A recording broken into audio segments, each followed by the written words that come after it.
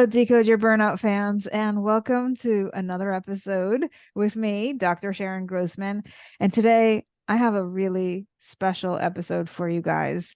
I am joined today by Dr. Betsy Guerra, and she is somebody who I met at a book signing. She has a very, very powerful story, and I really wanted you all to hear it. So, without further ado, let me tell you a little bit about our guest. She's a bilingual psychotherapist, author, and international speaker who combines her clinical expertise with the power of faith in a unique psycho-spiritual approach. This method is proven to create powerful transformation in her clients, audiences, and the heart-centered leaders she certifies as life coaches in the Faith-Based Coaching Academy. Without really knowing your story, just hearing about what you do, Betsy, we might think you're a spiritual person. You are obviously very thoughtful in terms of people's interpretations of things. You're a psychotherapist, but there's so much more.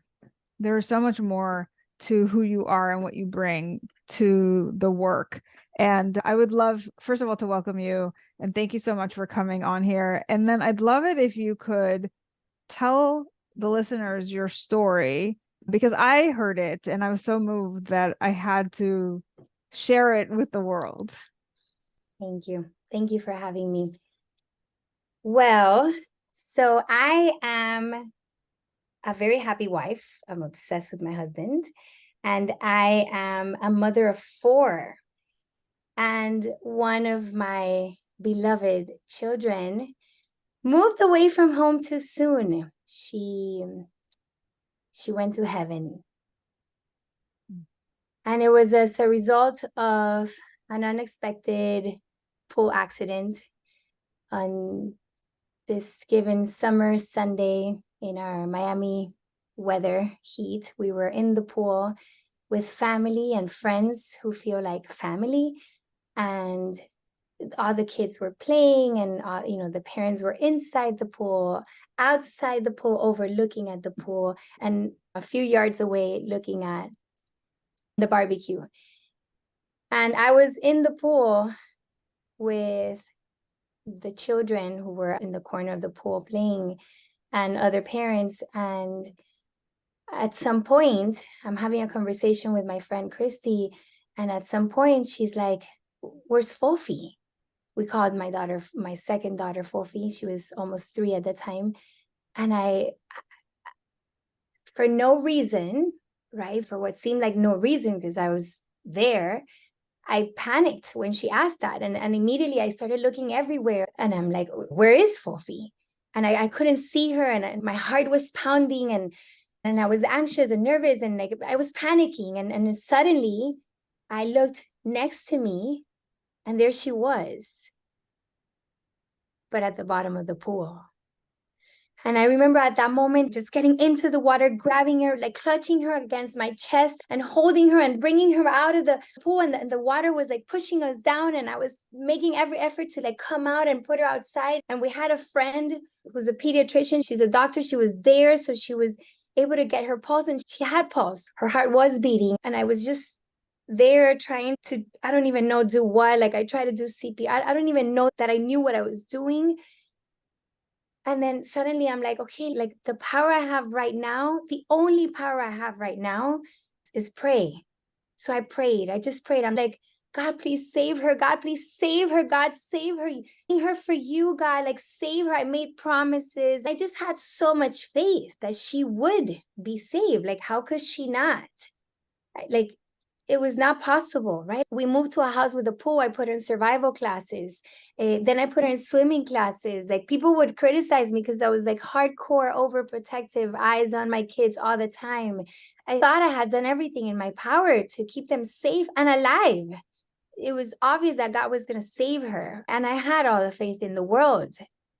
So that's what happens when you have faith, right? Like God does what you tell him to and what you think is supposed to happen. Sometimes it doesn't work that way. So the ambulance came, and it was the perfect scenario for her to be saved. I had my friend who was a doctor at the house, I had Baptist Hospital 5 minutes away. The ambulance got there in what felt like a minute. You would think it would feel like eternity, but no, they got there really fast. And we got to the hospital and the doctors were working on her. And at some point, I'm looking at the monitor and I'm like, what's that straight line? Like, Mm. like what is that? Like, is that the flat line that, people talk about and that we hear about in the movies? So at that point, I'm like, God, make her heartbeat. God, make her heartbeat. God, make her heartbeat. Make her heartbeat. And I kept on like begging because I knew that if I asked with my heart, I knew he would listen. And three things happened during the time in the hospital that I consider were signs, and I consider this in hindsight. The first one was, at some point, I was so overwhelmed with thinking. I couldn't think. Everything was a blur. And I didn't want to stop praying because I was scared that God would think I didn't have enough faith. So I was like, God, can you give me like a phrase or something I can repeat in prayer without having to think about what to say? And the phrase that came to me, which I think we're all familiar with, but at the time I had heard it before, but it wasn't something that I used regularly. The phrase that came to me was the scripture that says, I can do all things through Christ who strengthens me. And as soon as I heard that within me, I was like, no, because that would mean that she didn't make it. So I'm like, no, that's lack of faith, Betsy. Delete. So then I go, make her heartbeat, God, make her heartbeat. I'm thinking like, I get to be specific. So that's what I'm going to ask for. I want that flat line to become like a different kind of line, an alive kind of line. And I'm like, make her heartbeat, God, make her heartbeat. And then I had another message within that said, I can make her heart beat, but she may not be the Fofi that you know. And at that moment, when I thought about that thought that came into my mind, I thought about my sister. My sister has severe mental retardation. She has epilepsy. She has special needs. And she was born fine, but got sick, had a high fever when she was 9 months, and she had brain damage as a result. So I grew up with her having special needs, and it was hard. And I always prayed for healthy children because I understood in my core what that meant. So I had that thought, like, I can make her heart beat and she may not be the same. And my response was like, I don't care, which I guess was my parents' response back then when she was in a coma. Like, and they always say my sister is a miracle and she's a blessing. And now I get it, right? Like, she's alive. And that's all I wanted. I wanted her heart to beat. I'm like, I don't care. Just make her heart beat. I'm going to love her all the same. Just make her heart beat. And then minutes, seconds, an eternity, and yet no time passed. And I prayed, but followed by the prayer, I found myself saying, but let it be your will. And I did not say that because I wanted it to be my will. But that happened in my mind, in my heart. And shortly after that, I fell on my knees next to the stretcher of my daughter's body. And I literally and physically surrendered. And I started singing to myself something also that I didn't intend to do. It was almost like it was an out of body experience. And I'm watching all these things happen to my person, but I wasn't directing them. And I start singing to myself a song that I coined the song of hope. And I can't sing for my life, but this is a song that when I sing it, I swear I can sing, right? And it's a beautiful song. So I would use it as a lullaby to my daughters at the time. And I used to sing it to someone, like people in the past who were going through difficult times. It was a song of hope. It's a Spanish song. And when I translate it, said something along the lines of, in your heart, you will experience a sweet song. Soon the night will pass with its terror. Grief no more, because soon the sunlight will brighten up your heart. Something along those lines, right? So it's like, I know this is terror right now, but this will pass and light will shine through and, you'll be okay. So I was singing this song to myself. kneeling next to the stretcher and knowing that my daughter's heart was not going to beat as I asked God for it to happen. And the doctors were still working on it. I'm usually the dreamer, the hopeless romantic, the living in the clouds kind of girl. And my husband was like the practical, rational man who put my feet back on earth when I needed to be like shaking a bit. And this time, he was the one with the hope. The doctors are still working. I know this is not happening anymore. And he looks at me and he's like, they're trying something different. This time, this is going to work. This is going to work. And I don't know at that moment what hurt more, if it was my pain of surrender and acceptance, and this is really happening. I'm not going to hold my daughter again, or seeing my husband with hope and not being able to do anything about it. And soon after that, the doctors stopped working on her. And I don't think they needed to say anything because their eyes told us everything. But if they did, it must have been something along the lines of, I am sorry, or I don't know. And they left. And God didn't make her heart beat. And mine was threatened of not beating anymore as well. Like, I left with a lot of hopelessness and pain. I couldn't believe I was going to live without her. Who can live without her daughter? Like, I lived for my husband and my kids. They're my life. I didn't think I could survive that. There's no PhD in psychology. People think like, oh, it's because you had the PhD that you're where you're at now. No. There's no PhD in psychology that prepares you for this. Nothing prepares you for certain tragedies. And for me, it was the loss of my daughter. But for you, it may be divorce, losing your family, your marriage, your life as you knew it. Or it's a financial difficulty, like not being able to provide for or afford what you desire, the life that you want to give your family. Or it's a legal problem you're in that you don't know how to get out of. Pain is pain. And we all experience it. And the worst pain is not mine because, oh my gosh, I can't imagine losing a child or a spouse or a parent. The worst pain is the one that you're experiencing. Pain is pain. For me, it was the loss of my daughter. And I did not think I could live without her. And I wanted to die. I did. I wanted to die. I couldn't wait to die. And that night, I left the hospital without my daughter. Like, it almost felt like I was abandoning her. And I got to the house and somehow I managed to go to sleep at some point. And then suddenly I found myself on the bathroom floor of my daughter's bedroom, rocking back and forth, wanting to pull my head off like a deranged woman because I couldn't bear reality. I could not believe it, deal with it, accept it, welcome it. I did not think I could live. So I wanted to like rip my head off, like get rid of my thoughts, of the flashbacks, of the torment, the darkness. And that day, after at the time 12 years of being in practice, it's been over 20 now. At that time, I understood for the first time why people go crazy, why people lose contact with reality. Reality sometimes is too unbearable. It's excruciating. It like penetrates to your bones. Like, it's hard.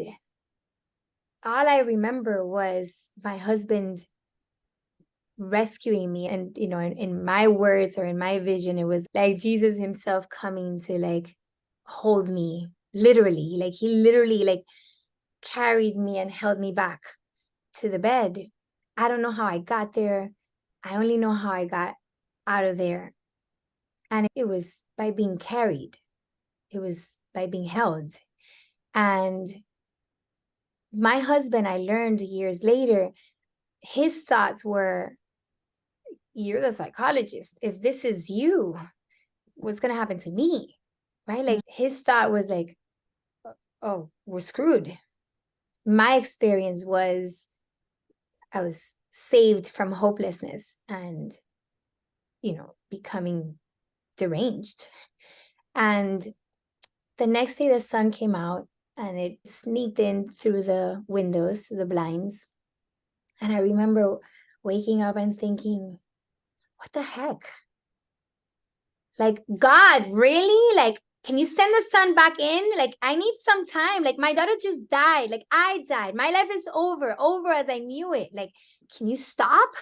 Can you stop the world for a moment? Like, people are going to work. The sun is out. Like, what is this? Like, stop, world. And the world doesn't stop. And we think it's a bad thing because it's like, you're not giving me time to grieve. Like, just, what do you mean I have to go now and deal with the Department of Families who's going to come and see if, what kind of parent I am that I let my daughter die? What do you mean I have to go prepare the box where I'm going to put my daughter's body for the funeral? What do you mean I have to welcome all these people into my home who are here to support me? Like, what do you mean I have to continue to breastfeed my almost 1-year-old son who is still receiving my nurturing and my food? I thought it was a bad thing. And in hindsight, I realized the light always shines through. It's we who are in the darkness, but the light shines through and it's available to you all the time, every day. Every day, there's a new beginning. And that was my new beginning. And it started with a visitor. I was hiding in my walk-in closet. It was like my safe space. I was overwhelmed by how many people were in my house who came because they love us and support us. But I processed alone or with my people, right? So I was with my husband in the walk-in closet, hiding. And the priest who baptized our children and whom we love dearly, like he's like a true testament of love. He came to visit and he sat with us in the walk-in closet. And my husband asked, Father, you've seen this before. Is it possible to be happy again? Can we be happy again? The priest said, some people are not ever happy again. Some people are. And my husband asked, very wisely, what's the difference? And he said, the people who are never happy again are those who choose to honor their loved one through suffering. They believe that the more they suffer, the more they loved, so they can't give themselves permission to be happy. Otherwise, they will have forgotten or stopped loving the person that they're honoring. And the people who are happy again are those who choose a different way of honoring the loved one through service, gratitude, love. And at that moment, I made a decision. I was like, I am going to be like the latter. And that decision was made that day, but it didn't happen that day. As soon as he left, I stood up, I looked in the mirror, and it was the same grieving mom in darkness who lost her daughter, couldn't keep her alive, who had a scarlet letter that said so. And what I've learned in hindsight is that everything starts with a decision. And then you're guided step by step, moment by moment, towards that destination. It's like turning on a GPS and putting the destination. And our destination was to go back to being happy. We were full of love, joy, happiness. Like when people would say, like, she's in a better place, I'm like, screw you. She lived in heaven. She had the best family in the world. Her parents were obsessed with her, loved each other, loved all their kids. Like we had heaven. And I wanted that again. So I set the destination as I am going to be happy again. And I'm going to be the kind of parent who honors her daughter through love, service, gratitude. And that's why I'm here today speaking to you. I'm not getting paid for this. I'm doing this because I honor my daughter through service. And every opportunity I have to shine hope, to be hope for someone else, I use it to honor my daughter. Because that's how I love her. That's how I love on her, how I remember her, how I keep her memory alive. It's in writing the book that's available to everybody, Hurt, the number 2, Hope, that I share my story and the things that allowed me to rise up in my pain, that I keep her memory alive. And those things are not easy. They're not easy. Yeah. But you choose your heart. Suffering is not easy either. It's so true. This is such a powerful story. And you have shared, I mean, there's so many complexities in the story that I think many of us experience in our life. And the people listening to this show typically are folks who are struggling with burnout. And I do see a lot of parallels. So I just want to take a moment to kind of shine a light on that.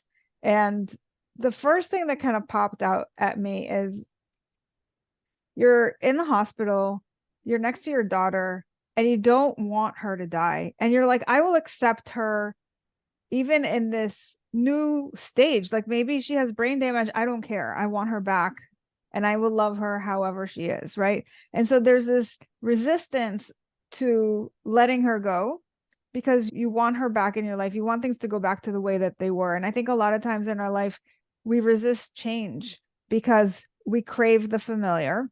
And that's totally part of being human. I mean, that's just normal for us. It's kind of how we're wired.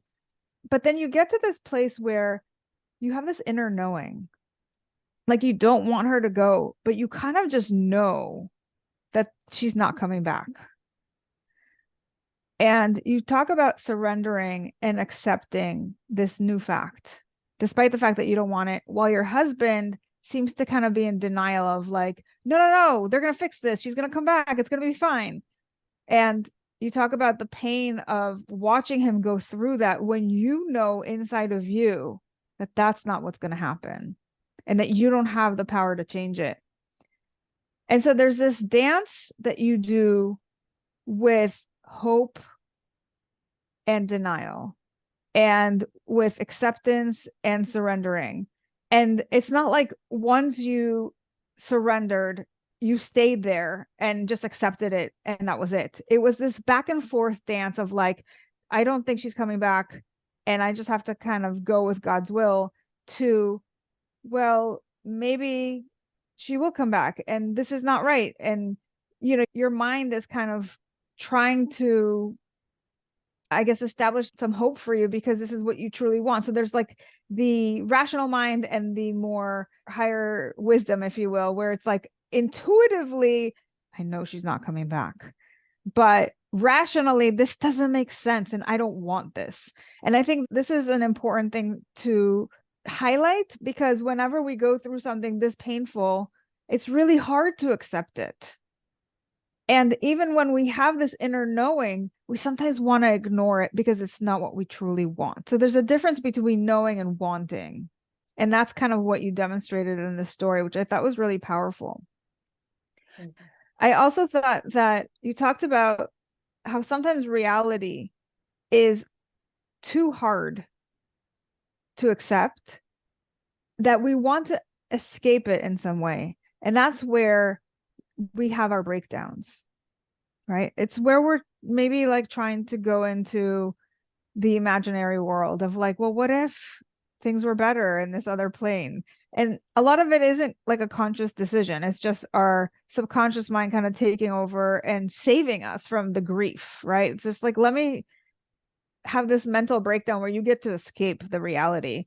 And I think that while burnout isn't quite as dramatic or life-shattering as an experience like you had, I think there are still some parallels there where people experience just the deterioration of their world where they thought that they were going to have this life, this career, a certain way of engaging in the world. And all of that changes for people who have extreme versions of burnout, right? Like, and they really have to rise up from the ashes and reinvent themselves and maybe change their careers and change their lifestyle. So there's that piece of like having to find yourself again. And we often talk about how, well, burnout is not something anybody would wish upon themselves because it can lead to this breakdown that often when you rise up from that, it kind of serves as a wake-up call where you start to look at your life differently and make those different decisions. And so what I loved is how you came to this place where you said, this is a choice. I can choose to focus on suffering, or I can choose to focus on the service and the gratitude and the love. And that's such a hard decision. I mean, most people would probably hate me if I got up in front of a stage during one of my keynotes and I said, listen, you guys are burned out and this is an opportunity for you to turn this around. have more gratitude in your life. Like people would probably hate me for that, right? But you are a living testament to that. And you've had something far harder than burnout to contend with. And so we know now that it is a choice. We know now that this can really make the difference between a life of suffering and a life where you get to reinvent yourself and find that happiness again. And so now I'm pretty sure that everybody's kind of sitting on the edge of their seats wanting to hear about, yeah, you did that. How did you do that? And how can we do that? And I know you've got like a 5-step process that you like to teach. So I would love to give you the stage, if you will, to share that with us. So for everybody who's experiencing any tragedy, any adversity, any pain, any grief, any burnout, because God knows I've experienced a few in my life, then these are the 5 steps to help you rise above it. You know, we hear about the 5 stages of grief, and they robbed me of hope because I was like, wait, what? I still have anger and sadness and depression and all these things left before I get to acceptance. You know, one day with time, I'm going to debunk some of those perspectives in regards to how the stages of grief work by sharing the stages of hope, the steps to rise above that burnout adversity experience that you're going through. And of course, I love acronyms. So the acronym that must fit this best is FAITH, because I believe that no PhD in psychology could help me, but faith had the power to do so. And faith has the power to save you as well. And I will clarify that by faith, I don't mean religious. You don't have to go to church to have faith. I have a dear friend who doesn't believe in God, or, you know, doesn't think of faith the way I look at it. And she is a woman of faith. She has faith in a higher power, whatever she calls it, the universe. She has faith in herself. She has faith in people. She has faith in the process, in our ability to do hard things. So that's what I'm talking about when I'm talking about faith. Of course, for me, it does revolve around my faith in God, because to me, that's the origin of it all. But if you don't believe in God, it's okay. It's okay. As long as you believe, you can follow this method. So faith is an acronym. It starts with the F, which means feeling the fertilizing pain. So feeling and fertilizers is what we want to think of when we think of F. By feeling, I mean the only way around pain is through. Feeling is healing. If you feel the grief, if you feel the anger, if you feel the frustration, if you feel the burnout, if you feel the overwhelm, you will be able to relieve it. Feelings are like food. Anything that comes into your body, you must poop it. It must exit your body as well. So if you experience, if you feel it, if you eat it, chew it, swallow, process it, digest it, then you can release it. So feeling is important because it's the way to healing. And viewing pain as a fertilizer is even more important, because if you think of fertilizers, what are fertilizers made of? Poop. They're made of poop. They stink like it. They feel like it. But fertilizers ultimately help plants grow. They nourish them. They strengthen them. And so does pain. If you've ever heard of a hero's journey without pain, like, please let me know, because I've never been privy to it, right? So pain is a fertilizer. It feels like crap. It stinks like it. Yes, I agree. It sucks, and it's nourishing you. Love that. I love that analogy. It's so powerful, because people don't want to feel their feelings, right? This is where we escape in every way possible. But it's such a powerful message to be like, no, you must feel this, and doing so is good for you. So the perspective is, when you're thinking of pain as a fertilizer, then it's easier to feel it and have hope while you're feeling it, because you know it's just a fertilizing day. You know that's not the destination. Pain is only the path, never the destination. So if you are feeling pain, you're healing, you're moving forward, you're rising. And viewing pain as such brings hope while you're experiencing it. And I think this is a great opportunity to distinguish between pain and suffering. Pain is inevitable, and it's healthy, and it's important, and it's built on hope because it's healing. Suffering is optional. Suffering is you're eating crap. If we're going to stick to poop analogies, suffering is a waste of life. So what's the difference? So typically you enter suffering when, I believe, in two ways. Number one, evading pain because you escape it. So then it strengthens within you, give it more power.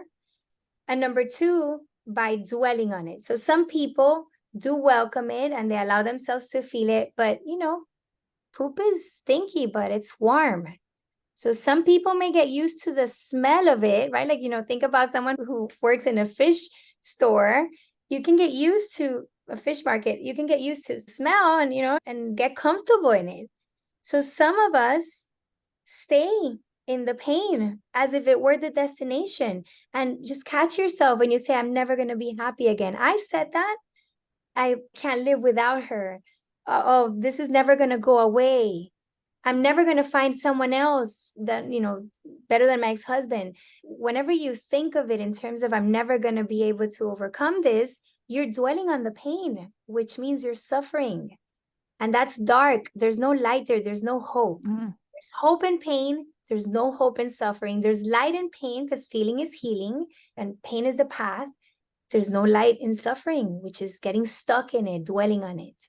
So viewing pain as a fertilizer and allowing yourself to feel it frees you from the grief, from the burnout, from the pain that you're experiencing at the moment. And it gives you hope to experience it that way. Yeah. The A in faith stands for acceptance.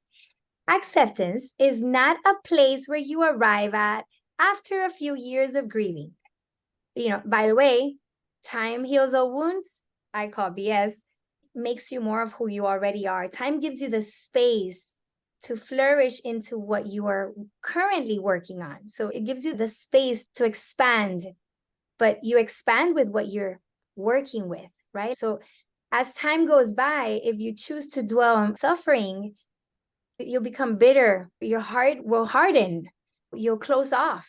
So time will not heal those wounds. Time will just give you the space to continue evolving in that dysfunctional way that you're dealing with this situation, right? Like in the suffering aspect. So A is acceptance, and acceptance, rather than being a place you arrive at after going through a bunch of stages, is a state of being you proactively pursue. And the way you do that is by welcoming reality as is. Notice I said welcoming, not liking, not accepting. You're welcoming it. You're not liking it. Welcome reality as is. You know how they say, like, it is what it is? I hated that phrase. And yet nowadays I have respect for it. It is what it is acceptance. Yeah. Welcome reality as is so that you may remove the resistance that oftentimes causes more suffering than the original pain itself. So the resistance, for example, I remember thinking like, it wasn't supposed to be this way. Like, right. She was supposed to bury me. I took care of her. I was overprotective. I was criticized for it. I did the swimming classes and the survival classes. And like, God, it wasn't supposed to be this way. That's resistance. And it wasn't supposed to be this way created a lot of pain, a lot of suffering, because I couldn't grasp it. I couldn't understand it. I was fighting reality. And every time we fight reality, we lose. Every time. It makes me think that like acceptance, when you're not in acceptance, either in fight or flight, you're either escaping reality by creating some sort of, or you're kind of focusing on the story, what you just said, like you're resisting it, or you're trying to maybe over medicate or kind of not be there, not be present. Or so there's away. Yeah, exactly. So acceptance is really the opposite of fight or flight. It's kind of being in the here and now and saying like, I may not like what's happening, but I can't deny the fact that this is happening. And just kind of sitting with that. It's kind of a Zen thing, isn't it? Where it's I can't be home because when I'm home alone, I cry. I can't do this and I need a drink because if not, I'm going to explode. Well, explode, feel it, be angry, be sad, cry. That goes back to step one. So feel it and then accept it. Acceptance is freeing. Acceptance is power. And I believe the most powerful thing we can ever do is surrender, right? People think of surrender and they may think giving up, but surrender is relinquishing the control that you never had and I love welcoming that. what is as is. So you may now put all your energy and all your emotions and all your efforts on processing, solving, moving forward, creating what your heart desires that is not what you have right now. So for me, I knew that thinking she was supposed to bury me and it wasn't supposed to be this way was preventing me from believing in heaven, which is something that helped me feel like I was a good mom that was happy for her daughter, right? Like, so I thought of heaven as college. My daughter went away to college. I missed her and I want to be with her and I want to see her every day. But she's happy and she's thriving and she's successful. And how can I not be happy for my daughter? How can I be unselfish and be happy for her, right? So I needed to think of heaven as her college that she went away to, and she's happy and thriving. And of course, this is a story I told myself that I chose to tell myself to help me and support me, but I couldn't do that. I couldn't strengthen my faith. I couldn't believe in heaven to be happy for her. I couldn't start experiencing her in a spiritual way because I was still too attached to Yeah. the outcome that wasn't. Yeah. So acceptance is purposefully and proactively accepting what is as is so you may remove the resistance that creates more pain than the actual experience. This is so rich. So we have to feel the feelings and then accept the reality. What's I for? I is interpretation. Okay. Life is an interpretation. Life is neutral. Shakespeare said, nothing is either good or bad, but thinking makes it so. So we think that something like death of a daughter is bad. Death is bad, right? And the truth is death is neutral. My two grandparents passed away a couple years ago, just a couple months apart. And when the first one passed away, it was like, oh my gosh, I was so sad. It was so unexpected. And he was so strong. And I had a really hard time. And then a couple months later, my other grandfather passed away.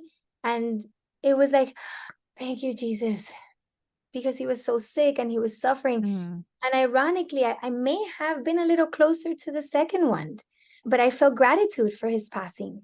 So wait, the death of a grandfather, is it positive or is it negative?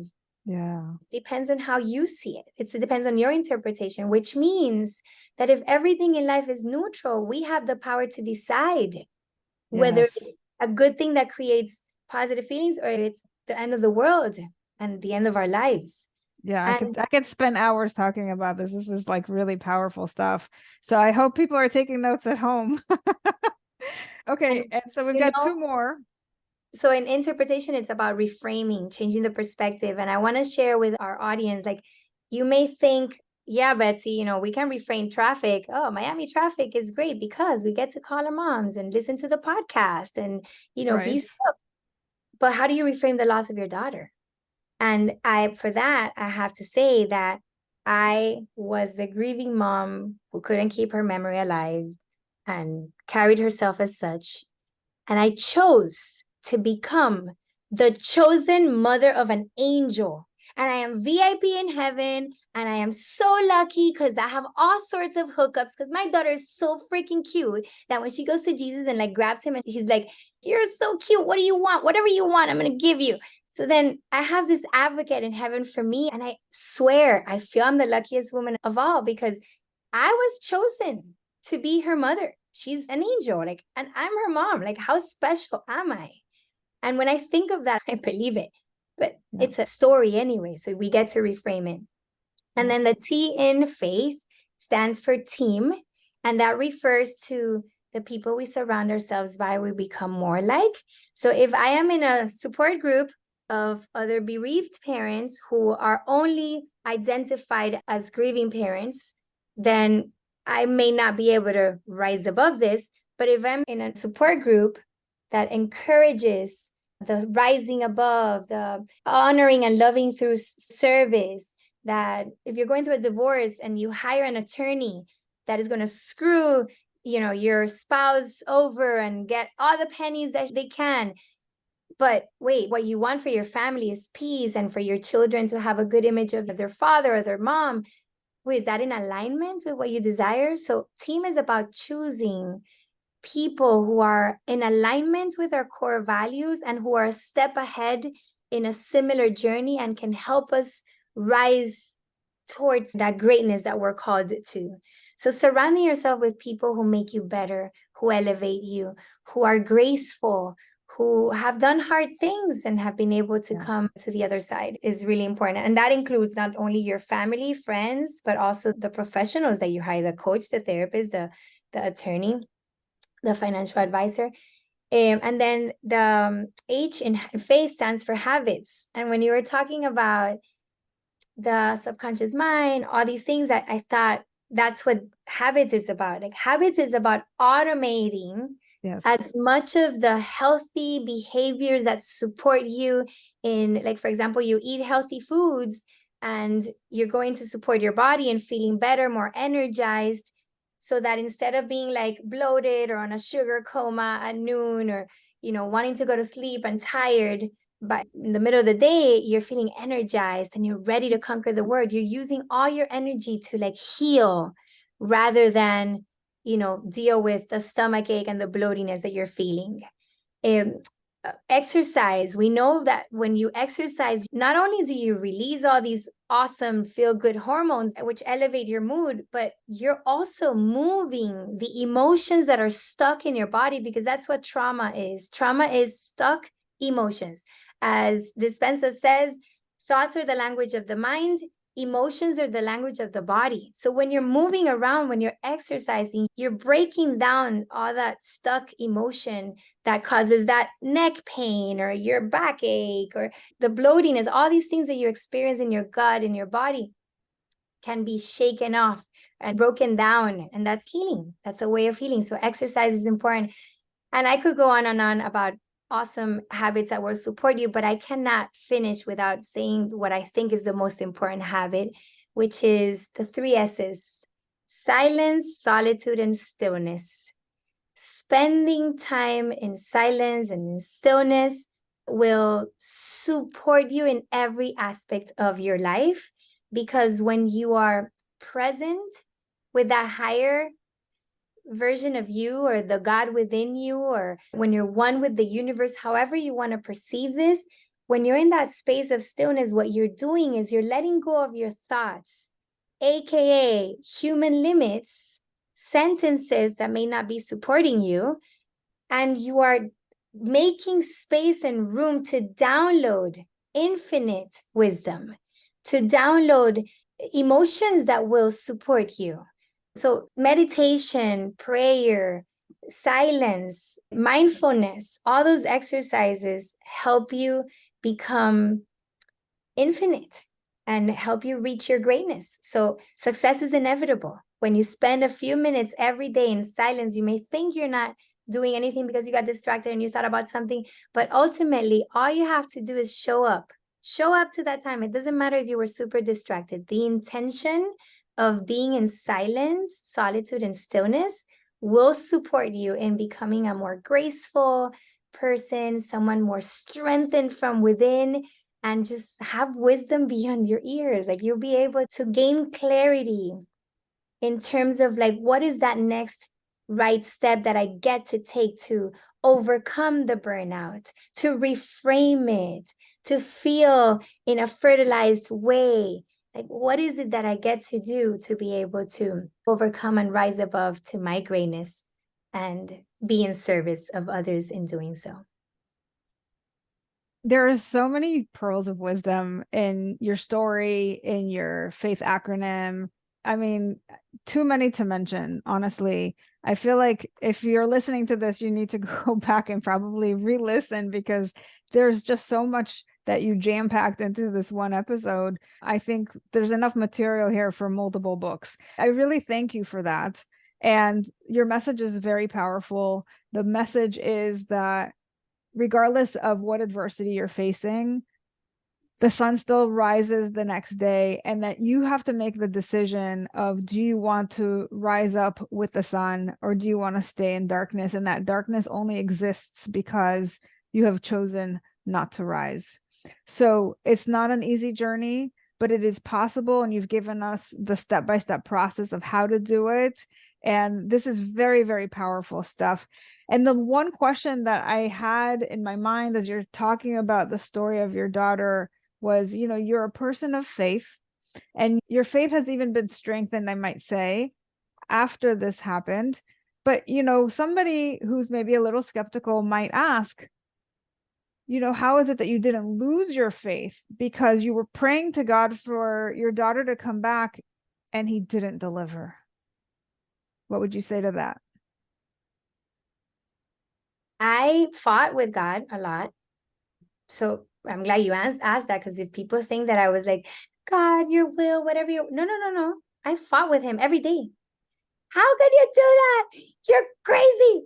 You're crazy. And then I'd be like, I know your plans are better. Your plans for me are better than my own. But you are crazy. How could you do it this way? Like, how could you allow this? Like, I would fight with him all the time. But I think as a mom, and I think of God as my heavenly father, like as a mom, I'm okay with my daughter fighting with me or my son fighting with me.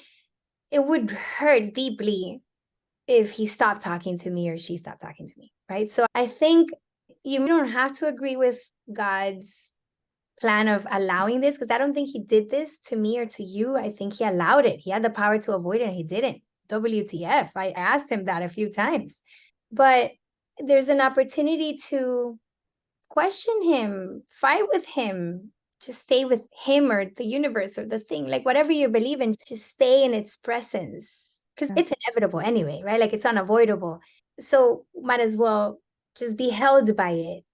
And I will also say that strengthening my muscle, aka habit of faith, because faith is also a habit. Yeah. Having strengthened my faith throughout the years and getting in the habit of nurturing that faith supported me deeply. If you don't have faith, build it now. If you've had faith, fight with God. Just stick around. It's okay. I think he's okay with me fighting. Like I literally picture myself like banging on his chest, like, what are you thinking? Like a little kids do when they're having a tantrum. Yeah. I questioned it. I argued. I thought he was crazy. I called him crazy and many other things I'd rather not say out loud. And I was held, right? Like we think it's either or, either you strengthen your faith or you lose it because you're questioning God. And I think it's both and, you question it and you stick around. And, you said something really powerful when I first heard you say this story. You said, even though I would have never wished this upon myself, I wouldn't change it for the world. Yeah, that's still hard to say and repeat. And it's the truest truth I live with. The experience of losing my daughter was the most excruciating pain of my life. And if I had a choice to know what I know now without going through that, I would undo it in a heartbeat. And it's been the greatest blessing because I'm the happiest woman on earth. I am, like my daughter, when she was 12, wisely said, I don't think we'd be so happy had we not gone through together as a family through so much pain. Yeah. And I believe that to be true because pain fertilized us. It strengthens us. We have perspective now. So when I'm having one of my pity parties, and my burnouts, because if God knows I'm familiar with burnout, when I'm having one of those, I have perspective. I still have my pity party because feeling is healing. So after I feel the feels, then I'm like, wait, but it's not losing my daughter. I can do this. I can get through this. Right. And you're stronger. Yeah. It gives me perspective and strength. Yes. So Betsy, if people want to continue this with you, to continue the conversation, to maybe find you online, where should they go? So my website is betterwithbetsy.com, and I have a lot of programs and opportunities to connect there. And I have a faith-based coaching academy where I certify life coach, like people, thought leaders as life coaches. So if you want to learn more, that's the best place to be. That's faithbasedcoachingacademy.com. But if you go to Better with Betsy, you'll find the link to that. And I wanted to gift the audience something in case they want to share this message with other people in a more concise way. I have my faith method on a 5-video series at the number 2 hope.com/faith. Hurt the number 2 hope.com/faith. And Hurt the number 2 hope is also the name of my book if you want to learn more about it and share it with someone who may be going through something difficult.